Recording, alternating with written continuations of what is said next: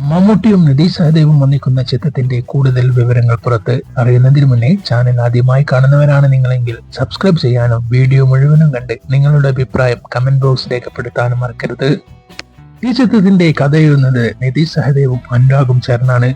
ഓ Mary Laila, തോൽവി FC, വാഴ എന്നീ ചിത്രങ്ങളിൽ അനുരാഗ് ശ്രദ്ധേയമായ കഥാപാത്രം അവതരിപ്പിച്ചിട്ടുണ്ട്. മാർത്താണ്ഡം നാഗർകോവിൽ മേഖലയിൽ സംസാരിക്കുന്ന ശൈലിയാണ് മമ്മൂക്ക ഈ ചിത്രത്തിൽ കൈകാര്യം ചെയ്യുന്നത്.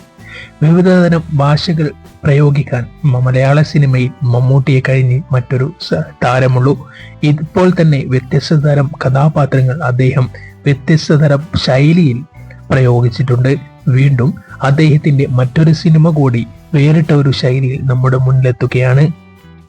നിതീഷ് സഹദേവ് ചിത്രത്തിൽ മമ്മൂട്ടിയുടെ കഥാപാത്രത്തിന്റെ സംഭാഷണങ്ങൾ വ്യത്യസ്തമായിരിക്കുമെന്ന് മുന്നേ റിപ്പോർട്ടുകൾ ഉണ്ടായിരുന്നു. എന്നാൽ അത് യാഥാർത്ഥ്യമാവുകയാണ് ഇപ്പോൾ. വേറിട്ട ഒരു ശൈലിയിൽ തന്നെയാണ് മമ്മൂട്ടി ഈ സിനിമയിലെത്തുക. ചിത്രം നിർമ്മിക്കുന്നത് മമ്മൂട്ടി കമ്പനിയും കാവ്യ ഫിലിംസും ചേർന്നാണ്. വിഷ്ണു വിജയാണ് സംഗീത സംവിധാനം നിർവഹിക്കുന്നത്.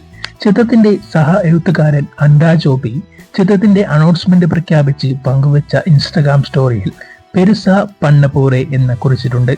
അതിനാൽ ചിത്രം ബിഗ് ബഡ്ജറ്റ് എന്റർടൈനർ ആവുമെന്ന പ്രതീക്ഷയിലാണ് മമ്മൂട്ടി ആരാധകർ.